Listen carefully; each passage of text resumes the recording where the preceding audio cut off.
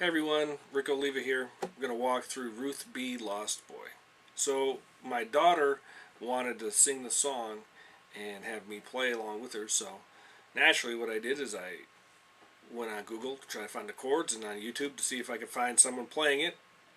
Have a guitar tutorial, learn it in 2 seconds, just like what everybody does. Well, what I found is most of the guitar tutorials were just people strumming chords, and even the piano ones, not everyone agreed on all of the voicings for the chords. The voicing, if you aren't aware of the terminology, the voicing is the order that you play the notes. And so with the guitar parts, the chords are fairly simple. It's just E minor to G to C back to G, and then the pre-chorus is an A minor to a D. You'll find here real quick, I'm not a good singer, so I'm just going to kind of go through this to show you, give you an example of what some of the other guitar tutorials are like. So you go E minor, there was a time when I was alone, nowhere to go, no one to call home, no place to call home, my only friend was the man in the moon, and even sometimes he would go away too. Alright, so as you can see, it's the right chords, but it doesn't sound anything like the song. The original is done on piano, and what I like to do oftentimes is if I'm playing a guitar version of a song that's written on piano, I try to pick up as much of the piano parts as I can. And so, like I said, even the piano transcriptions didn't always agree on what the voices of the chords were, and sometimes it's because when we play the chords over and over and over again in a song, we won't always play them the same way every time, and so when we do a transcription, we'll say, okay, well, the first time it's played like this, and so we'll just write that same way throughout the whole song. Or they'll say, well, this is the way it's played most of the time, and so we'll use that even if the first time is different. If the first time is different and the next 40 times you play the chord, it's done the same way, then they'll just use that for the whole thing, just out of simplicity's sake. So anyways, what I found is that everyone agreed that the bass line for the verses in the chorus is just a walking down from E to D to C to G. I'll show you why I'm playing E up here in a minute. You could do it here. E, D, C, G. So it's an E minor chord to a G over D to a C chord to a G chord. Now, the voicing that she uses is up here. If we play with this E, the top note in most of the piano transcriptions is this B up on top. Now, I don't hear it the first time on the first chord. I'll show you in just a minute. But if we were to do that, if we want to play this note, this B, which is the 7th fret on the high E string, if we want to play that B as our top note, we're starting with E minor down here, well, that's either we're going to do some crazy stretch or like something like this, or we find a different way to play the chord. Knowing that the next note is going to be a D below that, and we want to hear this descending bass line, well, if I start with my low E here, I don't have anywhere left to go. I don't have a 7-string acoustic guitar here to keep the notes going lower. So what I'll do is I'll start with my E up here, the 7th fret of the A string. And when I do that, I can now play this high B to my index finger. And the E minor chord is E, G, B, so I just add on a G here, which is the 8th fret of the B string. And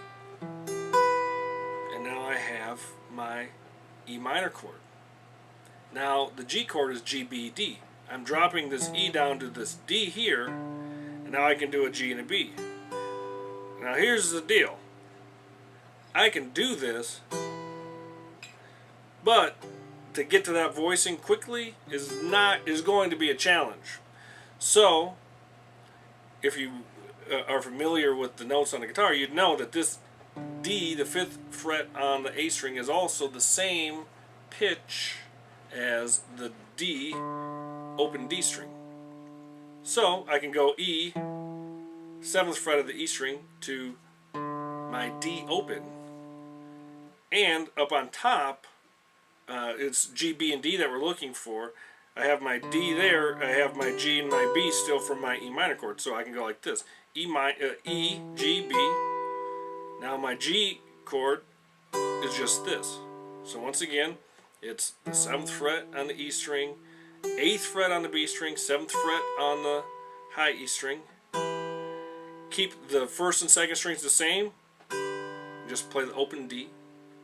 And now for my C chord, you'll notice I'm only playing 3 notes of the chords. I'm not playing these big chords like that for the first two. So to keep it sounding similar to what the piano is doing, except in a guitar version of it, I am going to come down here for my C chord and play the 5th fret on the B string for my E.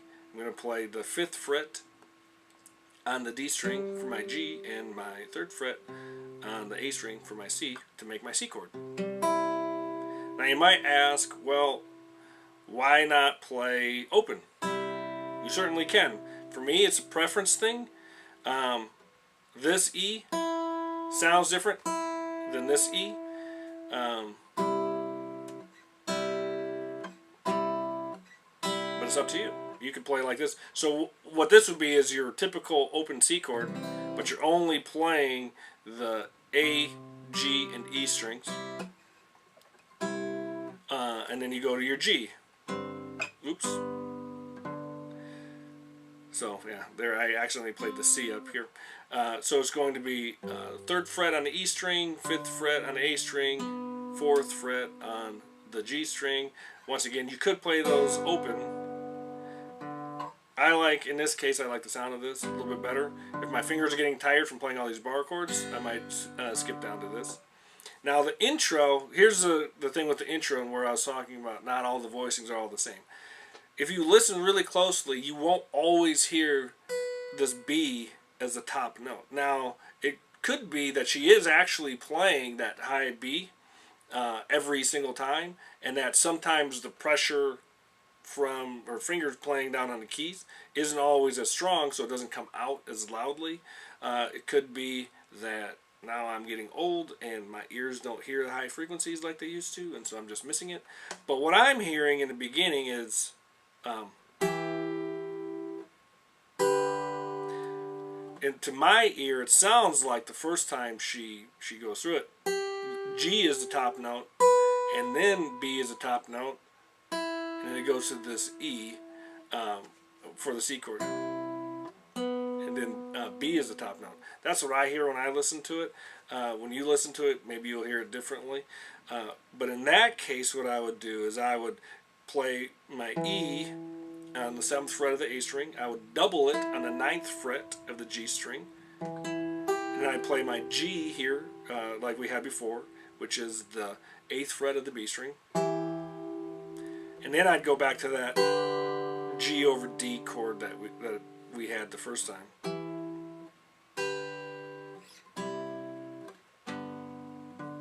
And very specifically in the intro, you will hear this D played twice. So it goes boom, boom, boom, boom.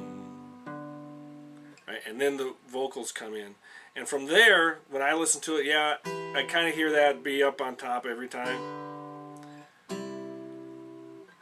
And then there's the last part where she says, and ever since that day, where it goes A minor, and here you might fill it in a little bit with the A minor chord, which is, if you aren't familiar with the chord voicing or chord form, it's open A string, 2nd fret on the D string, 2nd fret on the G string, and 1st fret on the B string. And I hear it like this. I don't hear a big A with the E on top. So again, you could listen to it, you might hear it differently. To my least favorite chord voicing, one of my least favorite chord voicings anyways, is we call this a C form of a D chord. I just don't like it. So it goes, ever since that day, and then she arpeggiates the chord. Well, once we're already in this form,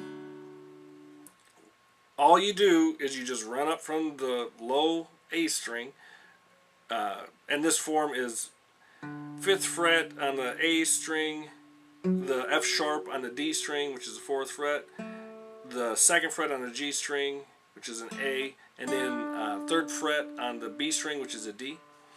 And so we go from there and just play the A 5th fret on the E string, and then we're back to where we started.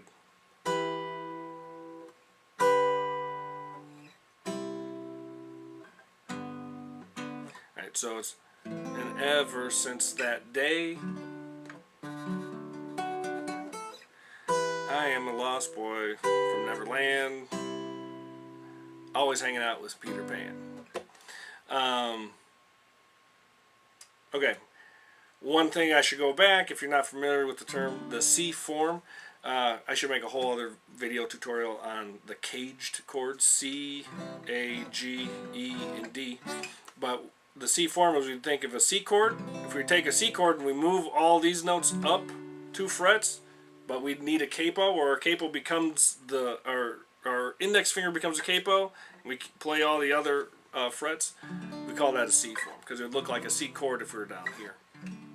Okay, so once again, it's and ever since that day, and then you're back here. I am a lost boy from Neverland, always hanging out with Peter Pan.